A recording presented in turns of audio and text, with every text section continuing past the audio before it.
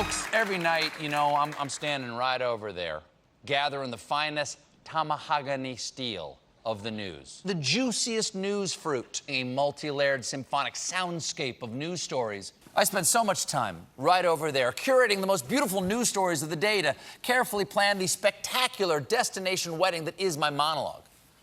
But sometimes I like to get drunk and wander through the rough parts of Newstown and pick up whatever aimless, out-of-work, forgotten stories that look my way, then stand by the highway, stick out my thumb, and elope with the sketchy drifter of news that is my segment. Meanwhile, in Iceland, a swimming pool has banned men from using hair dryers on their nether regions, and they even produced this poster showing what elderly men should not do. I am here to say that level of detail is not necessary. And just for the record, if you must use the dryer down there, don't make eye contact with this while you do it. Oh.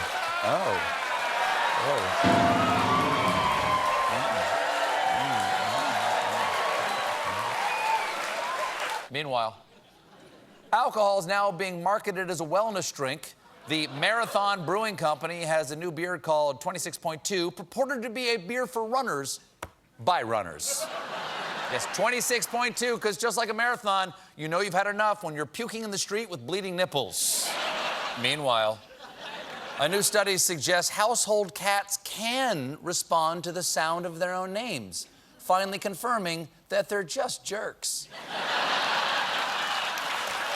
Meanwhile, an investigation just revealed that a hacker gained access to 100 million Capital One credit card applications and accounts, which explains Capital One's new slogan, "What's in your wallet? Never mind, got it."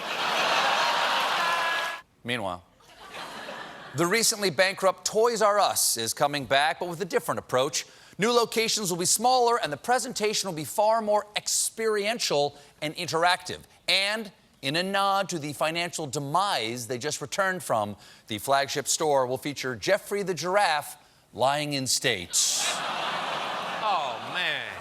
Oh. Hey. Oh. He said he didn't want to grow up.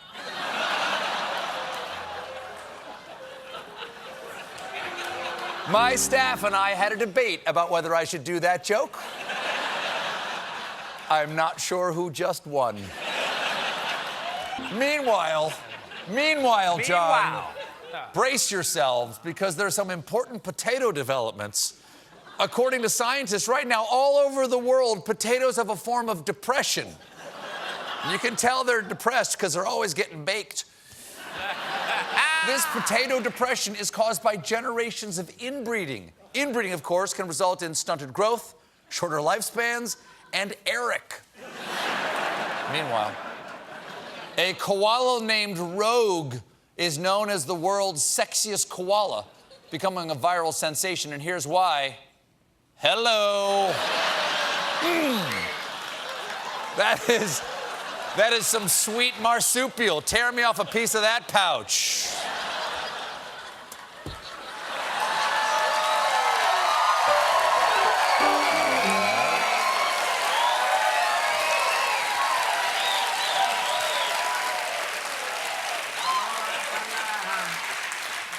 G'day. The name's Rogue. What do you say we visit the land down under? Meanwhile, archaeologists have uncovered an elixir of immortality in a 2,000-year-old Chinese tomb. Though, I do have suspicions this elixir of immortality may not work. First hint, they found it in a tomb. Researchers found an ancient bronze pot filled with a yellowish liquid exhibiting a very strong alcohol-like smell. I remember making a similar archaeological discovery in a milk jug under my college roommate's bed. Now, at first, the scientists believed the liquid was wine, but found that it was, in fact, a different substance after further lab work, also known as making the intern chug it. Of course, this so-called elixir of immortality is nothing more than a combination of ancient chemicals with no real life-extending properties. So these archaeologists should do the logical thing and send it to me. Bring me the elixir, so that I may shed this accursed chain of mortal life and rule eternal over the arid landscape on a throne of skulls. Bringing you jokes about the latest Trump goof-em-ups for untold aeons to come. Give me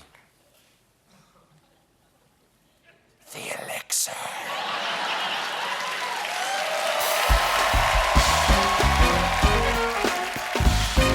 Coming up, the news comes to Stephen.